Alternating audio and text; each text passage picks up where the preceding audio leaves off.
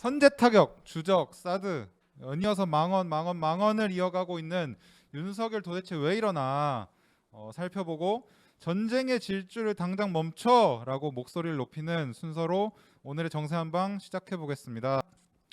네, 윤석열이 1월 11일 날 새 기자회견에서 선제 타격 발언을 한 뒤로 욕을 먹었으면서도 그 뒤에 주적은 북한, 사드 추가 배치 등의 망언을 이어가고 있는데요. 평화가 아니라 전쟁을 택하겠다는 이런 선제 타격 발언, 그리고 실제 교전 상태를 눈앞에 펼칠 주적 개념 논란, 안보 불안을 불러올 사드 추가 배치 발언, 이런 발언들은 하나같이 전쟁 위기를 고조시키는 부적절한 발언입니다. 도대체 왜 이러는지에 대해서 간단히 좀 살펴보도록 하겠습니다. 먼저 보수 지지층의 결집을 의도하는 거다, 이렇게 좀 볼 수 있겠는데요.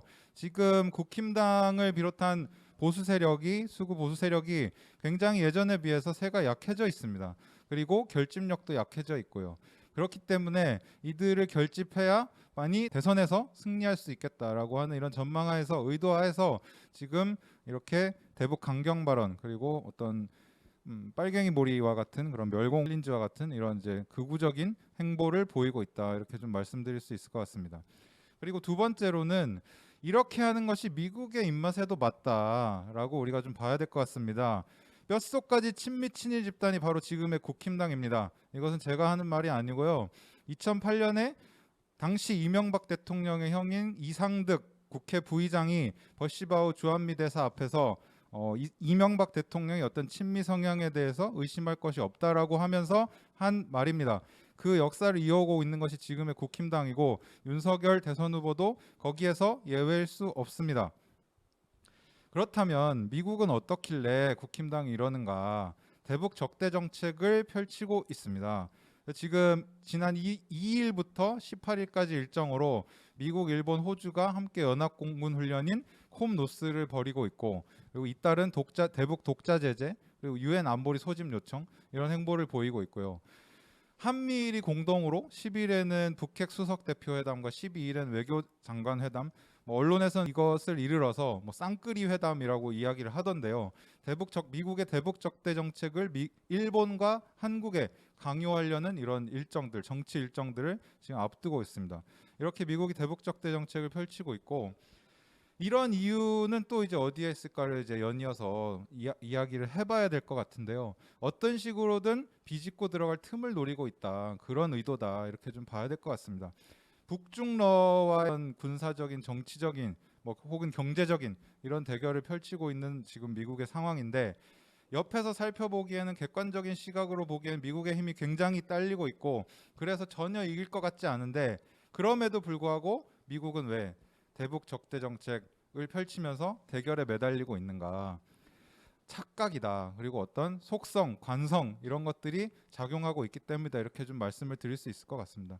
지금 미국은 여전히 우리나라 돈으로 이제 2022년 회계연도의 국방비를 912조 원을 지금 쏟아 부으려고 하고 있습니다. 그래서 천조국이라고 하는 이런 이름으로, 별명으로 불리기도 하는 것처럼 세계 최대의 국방비를 쏟아붓고 있고요. 명목 GDP가 1위인 세계 유일 초대국이다, 아직까지는 이런 좀 상황이기 때문에 그런 것 같기도 하고, 그리고 침략과 약탈을 스스로 포기하지 못하는 제국주의적 속성에 따른 어떤 관성과 이런 것들로 해서 지금 대북 적대 정책도 여전히 버리지 못하고 있다, 현실을 제대로 인지하지 못하고 있다, 이렇게 좀 봐야 될 것 같습니다.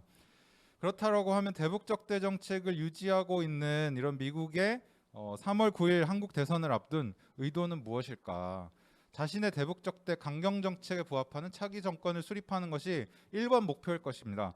그 1번 목표에 가장 부합하는 인물이 바로 국힘당의 윤석열 후보일 것이고요. 네, 그것을 1번 목표로 지금 움직이고 있기 때문에 아까 살펴본 것처럼 윤석열이 이렇게 대북 강경 발언을 하고 전쟁 위기를 고조시키는 그런 발언들을 이어가고 있다, 이렇게 좀 봐야 될 것 같고, 지금 보면 민주당과 국힘당, 그리고 윤석열 후보와 이재명 후보의 대선 지지율이 엎치락뒤치락 1, 2위를 다투고 있습니다. 이런 상황이기 때문에 이재명 후보가 대통령이 되는 것에 대해서도 미국은 상당히 경우의 수를 신경을 써야 되고 대비를 해야 되지 않을까, 이런 생각이 좀 들고요.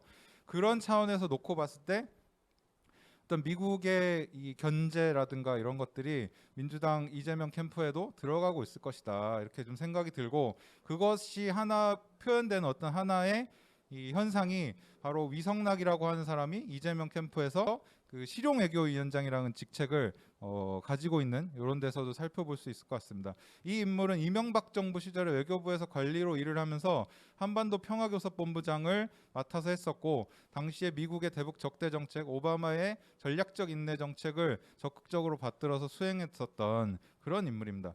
이런 인물이 이재명 캠프에 들어가 있다. 미국의 어떤 대북 적대 정책을 이재명 캠프 안에서 녹여내고 어떻게든 이제 지금의 이 국민의힘과 차이가 없도록 만들려고 하는 이런 노력들이 엿보이는 지점 아닌가 싶습니다. 그렇기 때문에 이재명 후보가 지난 경기도지사 시절에 보여줬었던 어떤 한미 연합 군사훈련을 중단해야 된다라고 하는 그런 목소리를 냈었던 모습이라든가 이런 것과는 사뭇 다른 대북 정책 그리고 통일 정책 이런 것들을 보이고 있는 지금 현실이 이런 데서 드러나고 있다 이렇게 좀 생각이 들고요. 이런 대북 적대 정책을 버리지 못하고 있는 미국 때문에 대선을 앞두고 전쟁 대 평화의 대결이 지금 시작되고 있다 이렇게 좀 볼 수 있을 것 같고, 그래서 앞으로 대선까지 한 30일 정도 남았는데 긴장은 더욱 격화될 거다 이렇게 보는 게 합리적일 것 같습니다. 그래서 반드시 국민의 손으로 평화의 승리를 안아오는 3월 9일 20대 대선을 좀 만들어야 될 것 같고, 국민의 안위는 전혀 안중에 없고 그런 자신의 당선만을 위해서 움직이는 전쟁 위기마저도 고조시키는 이런 대선 후보는 필요 없다라고 이야기를 하면서 윤석열을 사퇴시키고 평화를 안아오는 그런 대선으로 만들어 가야 될 것 같습니다. 이상 오늘 정세 한방 마치도록 하겠습니다. 고맙습니다.